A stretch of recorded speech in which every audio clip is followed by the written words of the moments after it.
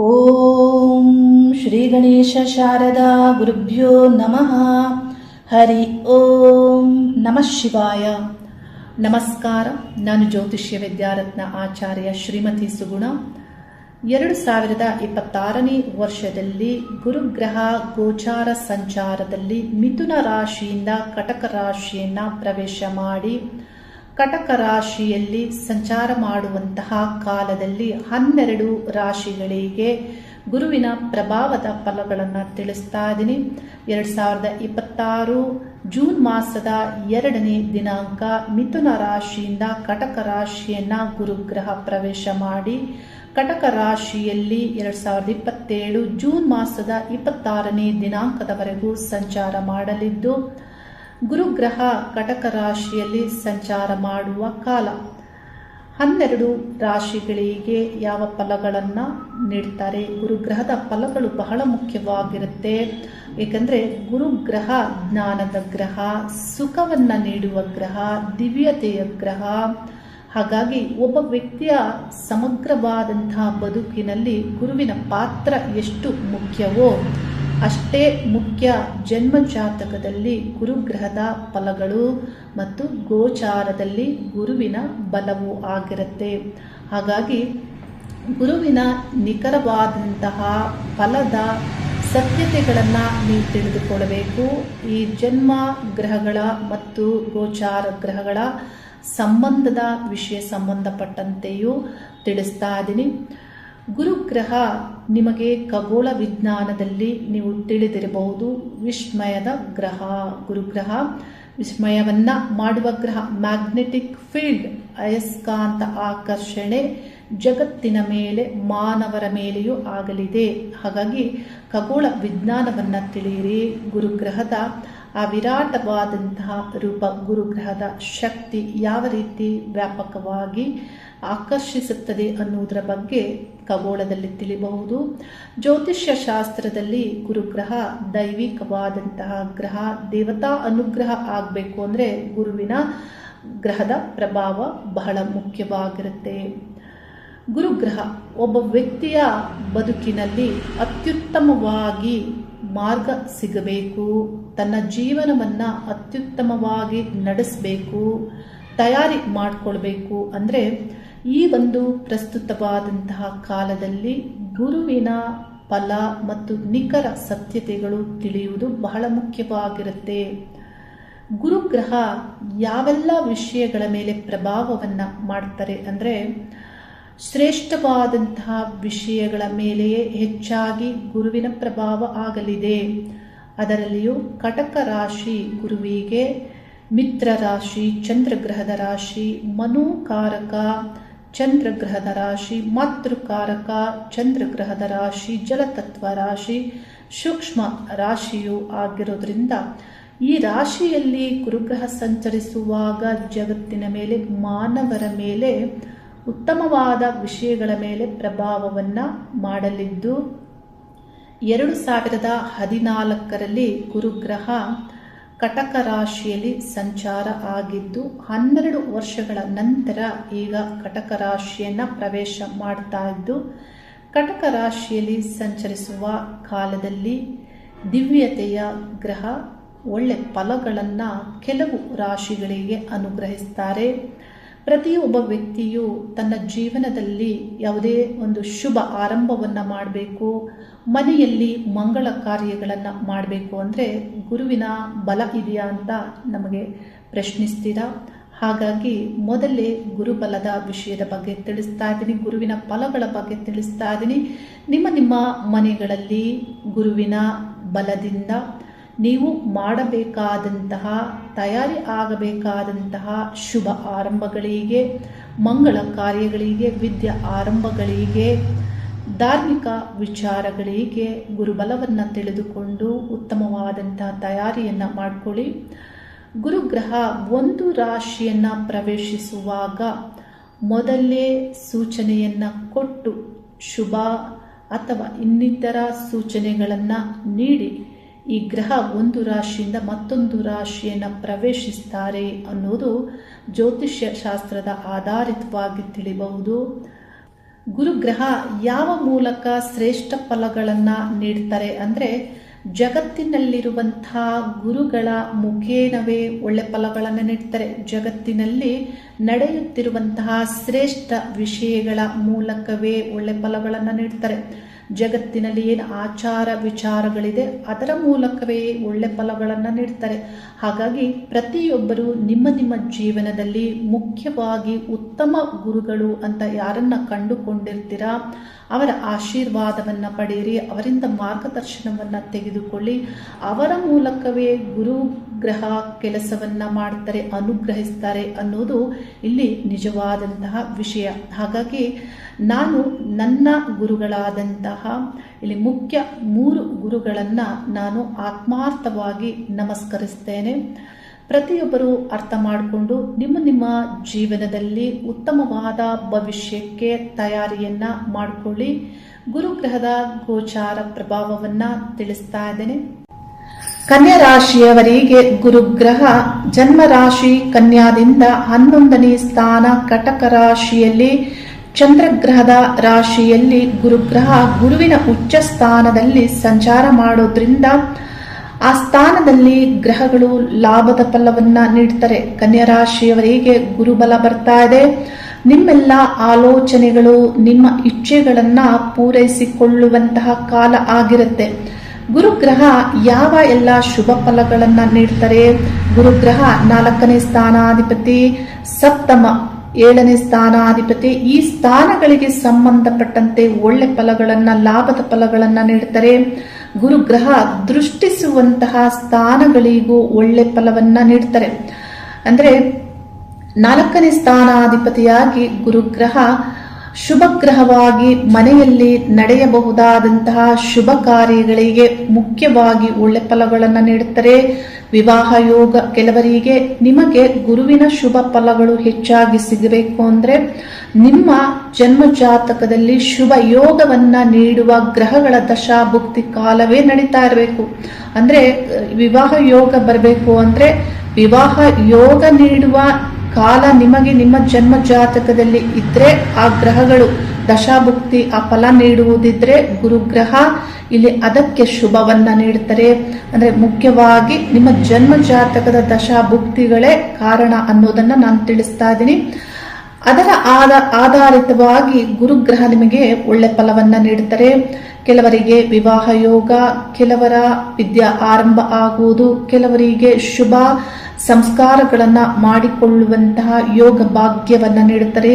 ಅಂದ್ರೆ ಉಪನಯನ ಸಂಸ್ಕಾರ ಆಗಿರಬಹುದು, ಇನ್ನಿತರ ಸಂಸ್ಕಾರಗಳು, ಮಕ್ಕಳಿಗೆ ಬಾಲ್ಯದಲ್ಲಿ ಅನ್ನಪ್ರಾಸನ ಆಗ್ಬಹುದು, ಮುಡಿ ಕೊಡುವುದಾಗಬಹುದು, ಕಿವಿ ಚುಚ್ಚುವುದಾಗಬಹುದು, ಇದೆಲ್ಲವನ್ನ ಮಾಡಿಕೊಳ್ಳುವಂತಹ ಒಂದು ವಿಷಯಗಳಿಗೆ ಗುರುಗ್ರಹ ಶುಭವನ್ನ ನೀಡ್ತಾರೆ,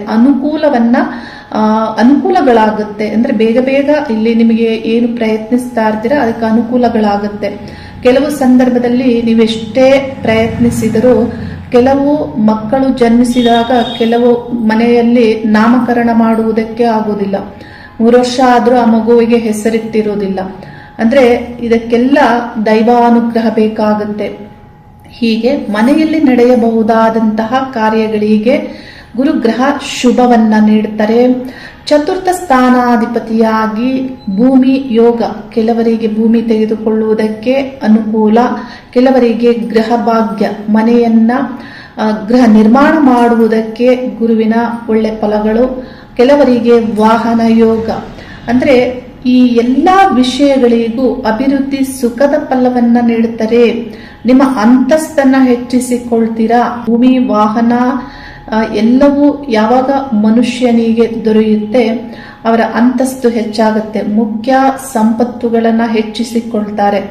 ಇನ್ನು ಭೂಮಿ ಆ ಸ್ಥಾನದಲ್ಲಿ ಭೂಮಿ ಯೋಗವೇ ಸಿಗಬೇಕು ಅಂತ ಇಲ್ಲ. ಕೆಲವರಿಗೆ ನೀವು ವ್ಯವಸಾಯ ಮಾಡುವವರಾಗಿದ್ರೆ ನಿಮ್ಮ ವ್ಯವಸಾಯದಿಂದ ಲಾಭ, ಕೆಲವರು ಭೂಮಿ ವ್ಯವಹಾರ ಮಾಡ್ತಾ ಇರ್ತಾರೆ, ರಿಯಲ್ ಎಸ್ಟೇಟ್ ವ್ಯವಹಾರ ಮಾಡ್ತಾ ಇರ್ತಾರೆ, ಅಂತವರಿಗೆ ನಿಮ್ಮ ವ್ಯವಹಾರದಿಂದ ಲಾಭ. ಕೆಲವರಿಗೆ ಮಾತೃ ತಾಯಿಯಿಂದ ಲಾಭ, ಭೂಮಿ ಯೋಗ ಬರಬಹುದು ಅಥವಾ ತಾಯಿಯ ಸಪೋರ್ಟಿವ್ ಸಿಗಬಹುದು, ತಾಯಿಯಿಂದ ಇನ್ನಿತರ ಲಾಭವೂ ಆಗ್ಬಹುದು.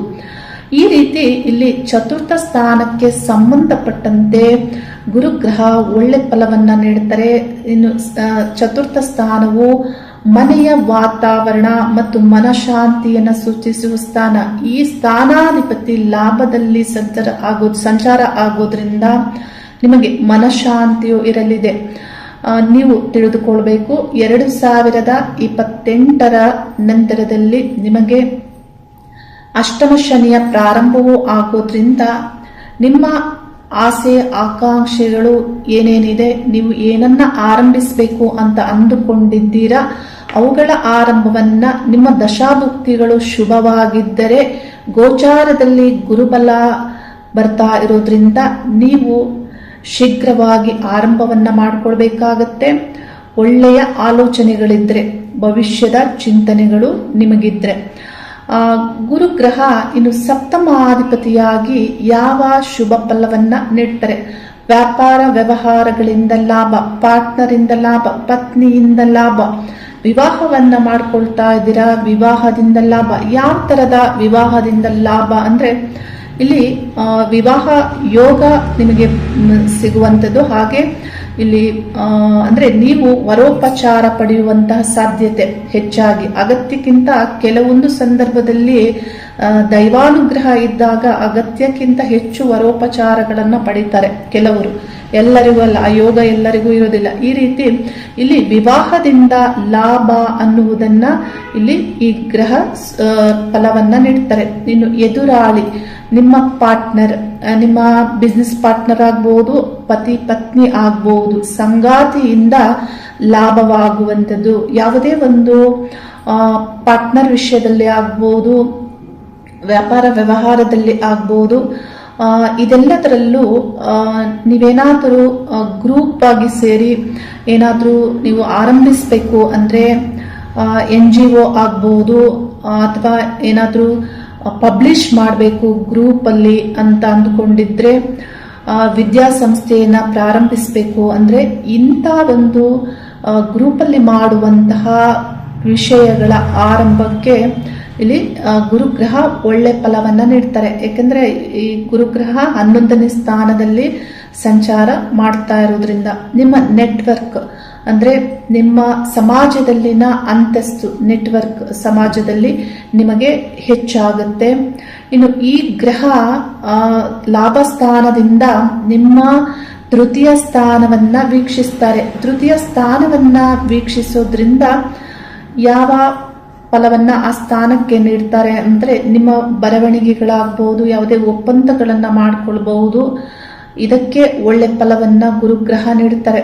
ಇಲ್ಲಿ ಒಪ್ಪಂದಗಳು ಅಂದಾಗ ಬಿಸ್ನೆಸ್ ಸಂಬಂಧಪಟ್ಟದ್ದೇ ಆಗಿರೋದಿಲ್ಲ. ಇಲ್ಲಿ ಪಾರ್ಟ್ನರ್ ವಿವಾಹಕ್ಕೆ ಸಂಬಂಧಪಟ್ಟಂತ ಒಪ್ಪಂದಗಳಾಗಬಹುದು, ಕೆಲವರು ರಿಜಿಸ್ಟರ್ ಮ್ಯಾರೇಜ್ ಆಗ್ತಾರೆ, ಹೀಗೆ ಬರವಣಿಗೆ ಒಪ್ಪಂದಗಳು, ಈ ರೀತಿ ಸಂಬಂಧಪಟ್ಟಂತೆ ಗುರುಗ್ರಹ ಇಲ್ಲಿ ಒಳ್ಳೆಯ ಫಲಗಳನ್ನ ನೀಡ್ತಾರೆ. ನಿಮ್ಮ ಸಂಪರ್ಕ, ಕನೆಕ್ಟಿಂಗ್ ಟು ಅದರ್ ಪೀಪಲ್ ಅಂದ್ರೆ ನೀವ್ಯಾರಿಗೆ ಕನೆಕ್ಟ್ ಆಗ್ತೀರಾ ಅವರಿಂದಲೂ ನಿಮಗೆ ಅನುಕೂಲಗಳು ಆಗುವಂತೆ ಒಳ್ಳೆ ಫಲವನ್ನ ಗುರುಗ್ರಹ ನೀಡ್ತಾರೆ. ಇನ್ನು ಈ ಗ್ರಹ 5ನೇ ಸ್ಥಾನವನ್ನ ವೀಕ್ಷಿಸ್ತಾರೆ. 5ನೇ ಸ್ಥಾನದಲ್ಲಿ ಗುರುಗ್ರಹ ವೀಕ್ಷಿಸಿದರೂ ನಿಮಗೆ ಅಷ್ಟು ಶುಭ ಫಲ ದೊರೆಯೋದಿಲ್ಲ. ಕಾರಣ ಏನಂದ್ರೆ ಗುರುವಿಗೆ ನಿಮ್ಮ 5ನೇ ಸ್ಥಾನ ಮಕರ ರಾಶಿಯು ನೀಚ ಸ್ಥಾನ ಆಗುತ್ತೆ.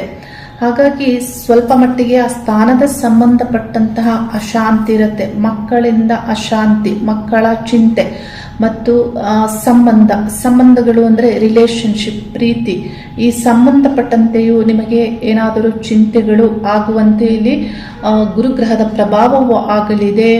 ಇನ್ನು ಆ ಸ್ಥಾನಕ್ಕೆ ವರ್ಷದ ಕೊನೆಯಲ್ಲಿ 2026 ವರ್ಷದ ಕೊನೆ ಅಂದ್ರೆ ಡಿಸೆಂಬರ್ ಮಾಸದಲ್ಲಿ ವರ್ಷದ ಕೊನೆಯಲ್ಲಿ ರಾಹು ಗ್ರಹದ ಪ್ರವೇಶವು ನಿಮ್ಮ ಪಂಚಮ ಸ್ಥಾನಕ್ಕೆ ಆಗುತ್ತೆ ಮತ್ತು ನಿಮ್ಮ ಲಾಭ ಸ್ಥಾನಕ್ಕೆ ಕೇತು ಗ್ರಹದ ಸಂಚಾರ ಆಗುತ್ತೆ. ಹಾಗಾಗಿ ಪಂಚಮ ಸ್ಥಾನಕ್ಕೆ ಸಂಬಂಧಪಟ್ಟಂತೆ ಕೆಲವು ಅಶುಭ ಫಲಗಳು ದೊರೆಯುತ್ತೆ. ಮಕ್ಕಳು ವಿದ್ಯಾರ್ಥಿಗಳಾಗಿದ್ರೆ ಓದ್ತಾ ಇರೋದಿಲ್ಲ, ಪ್ರೀತಿ ಪ್ರೇಮ ಪ್ರಣಯದ ವಿಷಯಗಳಲ್ಲಿ ಮಕ್ಕಳಿಗೆ ಹೆಚ್ಚು ಆಸಕ್ತಿ ಇರುತ್ತೆ, ಇದರ ಬಗ್ಗೆ ಚಿಂತೆ ಆಗುತ್ತೆ ನಿಮ್ಗೆ. ಹೀಗೆ ಆ ಸ್ಥಾನದ ಸಂಬಂಧಪಟ್ಟಂತ ಮಕ್ಕಳ ವಿದ್ಯಾಭ್ಯಾಸದಲ್ಲಿ ಚಿಂತೆ ಆಗುತ್ತೆ. ನಿಮ್ಮ ವಿದ್ಯಾಭ್ಯಾಸದಲ್ಲಿಯೂ ಸ್ವಲ್ಪ ನೀವು ಏಕಾಗ್ರತೆಯಿಂದ ಪ್ರಯತ್ನ ಪಡಲೇಬೇಕಾಗತ್ತೆ. ನೀವೇನಾದರೂ ಕನ್ಯಾ ರಾಶಿಯವರು ಆಗಿದ್ರೆ ಹೆಚ್ಚು ಮೊಬೈಲ್ ನೋಡ್ತೀರಾ, ಹೆಚ್ಚು ನೆಟ್ವರ್ಕ್ ಸಂಬಂಧಪಟ್ಟಂತೆ ಹೆಚ್ಚು ಆಸಕ್ತಿಯು ನಿಮಗೆ ಹೆಚ್ಚಾಗಿರುತ್ತೆ. ಅಂದರೆ ಆನ್ಲೈನಲ್ಲಿ ಯಾವುದೇ ವಿಷಯಗಳಾಗ್ಬೋದು ನೋಡುವುದು, ಹೀಗೆ ಏನಂದರೆ ಕಾಲವನ್ನು ವ್ಯರ್ಥ ಮಾಡುವುದು ಹೀಗಾಗುತ್ತೆ. ಇನ್ನು ಈ ಗ್ರಹ ನಿಮ್ಮ ಸಪ್ತಮ ಸ್ಥಾನವನ್ನ ವೀಕ್ಷಿಸ್ತಾರೆ. ಸಪ್ತಮ ಸ್ಥಾನಕ್ಕೆ ಸಂಬಂಧಪಟ್ಟಂತೆಲ್ಲ ಒಳ್ಳೆ ಫಲಗಳನ್ನು ನೀಡ್ತಾರೆ. ಯಾಕಂದ್ರೆ ಸಪ್ತಮಾಧಿಪತಿಯು ಗುರುಗ್ರಹ ಲಾಭ ಸ್ಥಾನದಿಂದ ಸಪ್ತಮವನ್ನ ವೀಕ್ಷಿಸುವುದರಿಂದ ಪ್ರತಿಯೊಂದು ಆ ಸಪ್ತಮಕ್ಕೆ ಸಂಬಂಧಪಟ್ಟಂತೆ ವಿವಾಹ, ಪಾರ್ಟ್ನರ್, ವ್ಯಾಪಾರ ವ್ಯವಹಾರಗಳಿಂದ ಅಧಿಕವಾದ ಲಾಭವನ್ನ ಪಡೆದುಕೊಳ್ಳುವಂತೆ ಗುರುಗ್ರಹ ಒಳ್ಳೆ ಫಲವನ್ನ ನೀಡುತ್ತಾರೆ. ಒಟ್ಟಿನಲ್ಲಿ ಕನ್ಯಾ ರಾಶಿಯವರಿಗೆ ಗುರುಬಲ ಬರ್ತಾ ಇರೋದ್ರಿಂದ ವಿಶೇಷವಾದಂತಹ ಮನೆ ಮತ್ತು ಮಿತ್ರರ ಎಲ್ಲರ ವಿಶೇಷವಾದಂತಹ ಶಕ್ತಿ ಪ್ರಾಪ್ತಿಯಾಗುತ್ತೆ. ಇದರಿಂದ ಏನಾಗುತ್ತೆ, ನಿಮ್ಮ ಕೆಲಸ ಕಾರ್ಯಗಳಿಗೆ ಅನುಕೂಲ ಆಗುತ್ತೆ. ನಿಮ್ಮ ಅಂತಸ್ತನ್ನ ಹೆಚ್ಚಿಸಿಕೊಳ್ಳುವಂತಹ ಕಾಲ ಮತ್ತು ನಿಮ್ಮ ಪ್ರಗತಿಗೆ ಬೇಕಾದಂತಹ ಸರಿಯಾದಂತಹ ನಿರ್ದಿಷ್ಟ ಗುರಿಗಳನ್ನ ರಚಿಸುವಂತಹ ಕಾಲ ಆಗಿರುತ್ತೆ. ಆಸೆ ಬಯಕೆಗಳು ಏನೇ ಇದ್ದರೂ ಪೂರೈಸಿಕೊಳ್ಳುವಂತಹ ಕಾಲ ಆಗಿರುತ್ತೆ. ಗುರುಗ್ರಹ ಲಾಭ ಸ್ಥಾನದಲ್ಲಿ ಇಷ್ಟೆಲ್ಲ ಶುಭ ಫಲಗಳನ್ನ ನೀಡುವಾಗ ಕೆಲವು ವಿಷಯಗಳಿಂದ ಇಲ್ಲಿ ನಿಮಗೆ ಈ ಫಲಗಳು ದೊರೆದೇ ಇರಬಹುದು. ಇದಕ್ಕೆ ಕಾರಣ ಏನಂದ್ರೆ ನಿಮ್ಮ ಜನ್ಮ ಜಾತಕದಲ್ಲಿ ನಡೆಯುವಂತಹ ಅಶುಭ ಮಾರಕ ಗ್ರಹಗಳ ಭುಕ್ತಿ ಕಾಲವೇ ಆಗಿರುತ್ತೆ. ಅದಕ್ಕಾಗಿ ನಾನು ಒಂದು ಜಾತಕದ ಉದಾಹರಣೆಯಾಗಿ ಹಾಕಿಯಲ್ಲಿ ತಿಳಿಸ್ತಾ ಇದ್ದೀನಿ. ಇವರ ಜನನ 1980ನೇ ವರ್ಷದಲ್ಲಿ ನವೆಂಬರ್ ಮಾಸದ 7ನೇ ದಿನಾಂಕ ಮಧ್ಯಾಹ್ನ, ಜನನ ಸಮಯ 1:30 ಆಗಿದ್ದು, ಜನನ ಕಾಲಕ್ಕೆ ತುಲಾ ರಾಶಿ, ಸ್ವಾತಿ ನಕ್ಷತ್ರ ಇದ್ದು ಜನನ ಲಗ್ನವು ಕುಂಭ ಲಗ್ನ ಆಗಿದೆ. ತುಲಾ ರಾಶಿಯವರಿಗೆ 2025ರಲ್ಲಿ ಗುರುಬಲ ಇತ್ತು. ಗುರುಬಲ 2026 ಜೂನ್ ಮಾಸದ 2ನೇ ದಿನಾಂಕದವರೆಗೂ ಇದೆ. ಗುರುಬಲವಿದ್ದರೂ ಈ ಒಂದು ಜಾತಕದವರು ಯಾವ ಸಮಸ್ಯೆಗಳನ್ನ ಎದುರಿಸಿದ್ದಾರೆ ಅನ್ನೋದನ್ನ ನಾನು ತಿಳಿಸ್ತಾ ಇದ್ದೀನಿ. ಗುರುಬಲ ಇದೆ, ಆದ್ರೆ ಇವ್ರು ಯಾಕೆ ಇಂಥ ಒಂದು ಸಮಸ್ಯೆಗಳನ್ನ, ನೋವನ್ನ, ಬಾಧೆಯನ್ನ ಅನುಭವಿಸಿದ್ರು ಅನ್ನೋದು ನಿಮಗೆ ತಿಳಿಬೇಕು. ಗುರುಬಲ ಇದೆ, ಆದರೆ ಜನ್ಮ ಜಾತಕದಲ್ಲಿ ಇವರಿಗೆ ಶುಕ್ರ ಭುಕ್ತಿ ಕಾಲವು ನಡೀತಾ ಇತ್ತು. ಶುಕ್ರ ಭುಕ್ತಿ ಕಾಲ ಅಂದ್ರೆ ಬುಧ ದಶೆಯಲ್ಲಿ ಶುಕ್ರ ಭುಕ್ತಿ ಕಾಲ. ಯಾವುದೇ ಭುಕ್ತಿ ಕಾಲವು ಅಶುಭವಾಗಿ ಫಲವನ್ನ ನೀಡಬೇಕು ಅಂದ್ರೆ ದಶಾನಾಥನಾದಂತಹ ಗ್ರಹದಿಂದ 12ನೇ ಸ್ಥಾನದಲ್ಲಿ ಭುಕ್ತಿನಾಥನು ಇದ್ದಾಗ ಅಶುಭ ಫಲಗಳು ಹೆಚ್ಚಾಗಿ ಸಿಗುತ್ತೆ ಅನ್ನೋದು ದಶಾಭುಕ್ತಿ ಫಲಗಳಲ್ಲಿ ನಾವು ತಿಳಿಬೇಕಾಗುತ್ತೆ. ಇಲ್ಲಿ ದಶಾನಾಥ ಬುಧನಿಂದ 12ನೇ ಸ್ಥಾನವಾದಂತಹ ಕನ್ಯಾ ರಾಶಿಯಲ್ಲಿ ಶುಕ್ರ ಗ್ರಹದ ಸಂಚಾರ ಅಂದ್ರೆ ಶುಕ್ರ ಗ್ರಹ ಇರೋದನ್ನ ನೀವು ನೋಡಬಹುದು. ಇನ್ನು ಯಾವ ರೀತಿ ಸಮಸ್ಯೆಗಳನ್ನ ಈ ಗ್ರಹಗಳು ನೀಡಿದ್ದಾರೆ ಅಂದ್ರೆ, ಒಬ್ಬ ವ್ಯಕ್ತಿಗೆ ಆರೋಗ್ಯ ಇರಬೇಕು ಅಂದ್ರೆ ಲಗ್ನಾಧಿಪತಿ ಮತ್ತು ಸೂರ್ಯಚಂದ್ರ ಗ್ರಹಗಳು ಶುಭವಾಗಿ ಇರಬೇಕಾಗತ್ತೆ. ಅವರ ಸ್ಥಿತಿ ಶುಭವಾಗಿರ್ಬೇಕಾಗತ್ತೆ, ಒಳ್ಳೆ ರೀತಿ ಇರಬೇಕಾಗತ್ತೆ. ಈ ಗ್ರಹಗಳು ಅಶುಭ ಸ್ಥಾನದಲ್ಲಿ ನೀಚರಾಗಬಾರದು, ಬಹು ಗ್ರಹಗಳಿಂದ ಪೀಡಿತವು ಆಗಬಾರದು. ಯಾವ ರೀತಿ ಸಮಸ್ಯೆ ಇವರಿಗೆ ಎದುರಾಯಿತು ಅಂದ್ರೆ 2025 ಜುಲೈ ಮಾಸದಲ್ಲಿ ಇವರಿಗೆ ಎದೆ ನೋವು ಮತ್ತು ಕೈ ನೋವಿನಿಂದ ಇವರಿಗೆ ಸರ್ಜರಿ ಆಗುತ್ತೆ. ಹೃದಯದ ಕಾರ್ಯದಲ್ಲಿ ಇವರಿಗೆ ಸಮಸ್ಯೆಗಳು ಉಂಟಾಗುತ್ತೆ. ಎದೆ ನೋವು ಬರ್ತಿದ್ದಾಗ ಡಾಕ್ಟರ್ ಬಳಿ ಹೋಗ್ತಾರೆ. ಕೈ ನೋವು ಬರ್ತಾ ಇದ್ದಾಗ ಆಗ ಡಾಕ್ಟರ್ ಹೇಳ್ತಾರೆ, ನಿಮ್ಮ ಹೃದಯದ ಕಾರ್ಯ ಸರಿಯಾಗಿ ಆಗ್ತಾ ಇಲ್ಲ, ಅಂದ್ರೆ ಈ ಒಂದು ದುರ್ಬಲತೆಯಿಂದ ನಿಮ್ಮ ಆಯುಷ್ಯಕ್ಕೆ ಸಮಸ್ಯೆ ಆಗಬಹುದು ಅನ್ನೋದನ್ನ ತಿಳಿಸ್ತಾರೆ. ಹಾಗಾಗಿ ಇವರು ಸರ್ಜರಿಗೆ ಒಳಪಡಬೇಕಾಗುತ್ತೆ. ಆಂಜಿಯೋಪ್ಲಾಸ್ಟಿ ಸರ್ಜಿಕಲ್ ಪ್ರೋಸೆಸ್ ಇವರಿಗೆ ನಡೆಯುತ್ತೆ. ಈಗ ಅವರು ಆರೋಗ್ಯವಾಗಿದ್ದಾರೆ. ಈ ಸಮಸ್ಯೆ ಬರುವುದಕ್ಕೆ ಈ ಗ್ರಹಗಳನ್ನ ನಾವು ತಿಳಿಬೇಕಾಗತ್ತೆ. ಈ ಗ್ರಹಗಳ ಸ್ಥಿತಿ ಏನು ಅಂತ.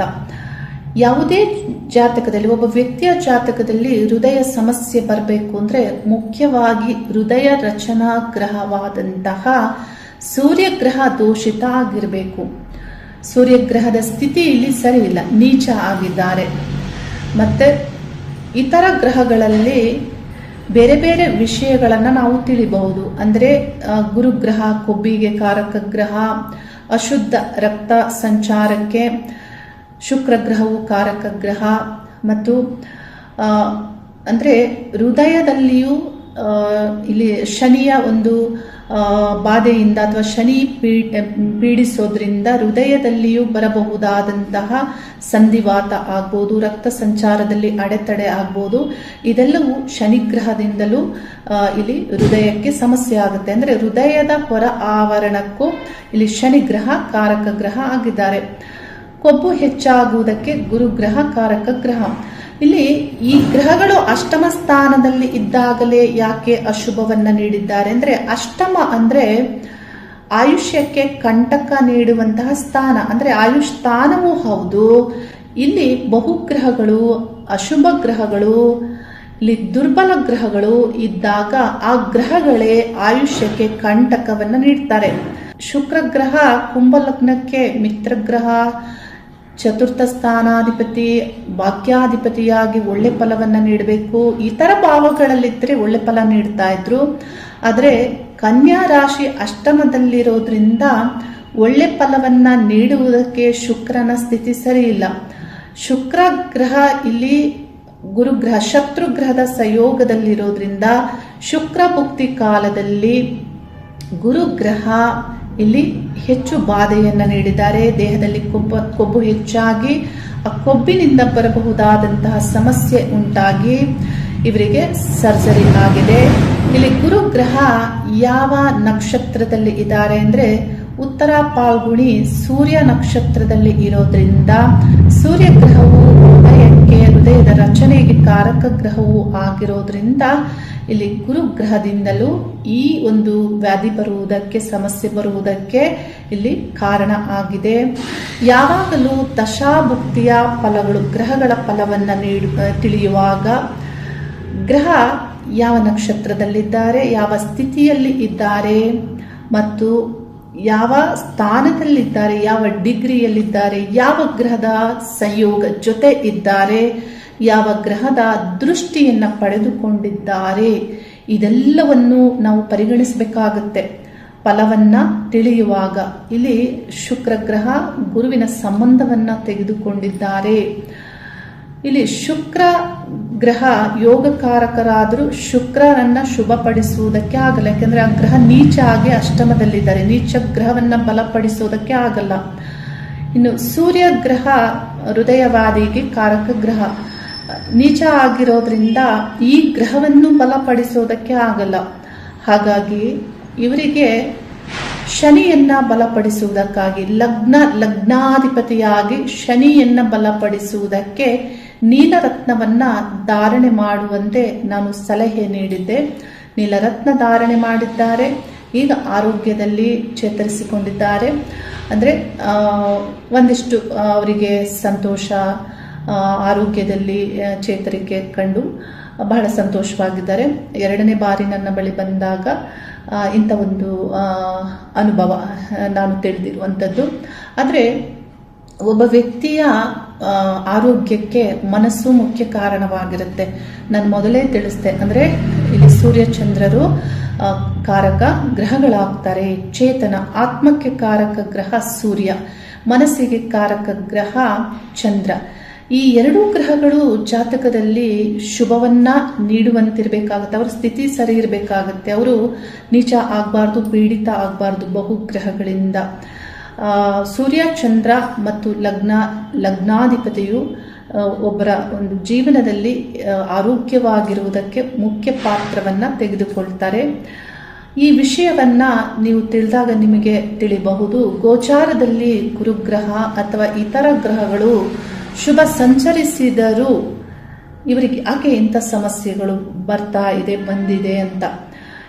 ಈ ಹೃದಯದ ಶಸ್ತ್ರಚಿಕಿತ್ಸೆ ಆದ ನಂತರವೂ 1-2 ತಿಂಗಳಲ್ಲಿ ಮತ್ತೆ ಇವರಿಗೆ ಹೊಟ್ಟೆಯಲ್ಲಿ ಬೇರೊಂದು ಸಮಸ್ಯೆ ಕಾಣಿಸಿಕೊಳ್ಳುತ್ತೆ. ಆ ನಂತರ ಇವರ ಸಿಸ್ಟರು ಅವರನ್ನ ನನ್ನ ಬಳಿ ಕರೆದುಕೊಂಡು ಬರುವಂಥದ್ದು. ಆದರೆ ಇಲ್ಲಿ ನೀವು ತಿಳಿಬೇಕು, ಗೋಚಾರದಲ್ಲಿ ಶನಿಗ್ರಹ ಯೋಗ ನೀಡುವಂತಹ ಷಷ್ಠ ಸ್ಥಾನದಲ್ಲಿ ಸಂಚಾರ ಮಾಡ್ತಾ ಇದ್ದು, ಗುರುಗ್ರಹ ಭಾಗ್ಯ ಅದೃಷ್ಟ ಸ್ಥಾನದಲ್ಲಿ ಸಂಚಾರ ಮಾಡ್ತಾ ಇದ್ದು, ಗುರುಬಲವಿದ್ದರೂ ತುಲಾರಾಶಿಯವರಿಗೆ ಯಾಕೆ ಇಂಥ ಸಮಸ್ಯೆಗಳು ಆಗ್ತಾ ಇದೆ, ಪದೇ ಪದೇ ಯಾಕೆ ಇಂಥ ಸಮಸ್ಯೆ ಆಗ್ತಾ ಇದೆ ಅಂದರೆ ಅದಕ್ಕೆ ಕಾರಣ ಅವರ ಜನ್ಮ ಜಾತಕದ ದಶಾಕಾಲ ಮತ್ತು ಭುಕ್ತಿ ಕಾಲವೇ ಆಗಿದೆ. ಭುಕ್ತಿ ಗ್ರಹವಾದಂತಹ ಶುಕ್ರನ ಸ್ಥಿತಿ ಸರಿಯಿಲ್ಲ. ಶುಕ್ರನ ಸಂಯೋಗಗೊಂಡಂತಹ ಗ್ರಹಗಳು ಬಹಳಷ್ಟು ಇಲ್ಲಿ ಸಮಸ್ಯೆಗಳನ್ನ ನೀಡ್ತಾ ಇದ್ದಾರೆ. ಗ್ರಹಗಳ ನಿಖರ ಫಲಗಳು ಯಾವ ರೀತಿ ದೊರೆಯುತ್ತೆ ಅನ್ನೋದನ್ನ ಅರ್ಥ ಮಾಡ್ಕೊಳ್ಬೇಕು. ಪರಿಹಾರವಾಗಿ ನಿಮ್ಮ ಜನ್ಮ ಜಾತಕದಲ್ಲಿ ಯಾವ ಗ್ರಹಗಳ ದಶಾಭುಕ್ತಿ ಕಾಲವು ನಡೀತಾ ಇರುತ್ತೆ, ಆ ಭುಕ್ತಿ ಕಾಲದ ಗ್ರಹಕ್ಕೆ ಸರಿಯಾದ ರೀತಿಯಲ್ಲಿ ಪರಿಹಾರಗಳನ್ನ ಮಾಡ್ಕೊಳ್ಳಿ ಮತ್ತು ನಿಮ್ಮ ಇಚ್ಛೆಗೆ ಆ ಗ್ರಹ ಈ ಭುಕ್ತಿ ಕಾಲದಲ್ಲಿ ಫಲವನ್ನ ನೀಡ್ತಾರಾ ಅನ್ನೋದನ್ನ ತಿಳಿದುಕೊಳ್ಳಿ. ಉತ್ತಮವಾದ ಭವಿಷ್ಯಕ್ಕಾಗಿ ಉತ್ತಮವಾದ ತಯಾರಿಯನ್ನ ಮಾಡಿಕೊಳ್ಳಿ. ಒಳ್ಳೆಯದಾಗುತ್ತೆ, ಒಳ್ಳೆಯದಾಗಲಿ, ಶುಭವಾಗಲಿ. ಹರಿ ಓಂ ನಮಃ ಶಿವಾಯ.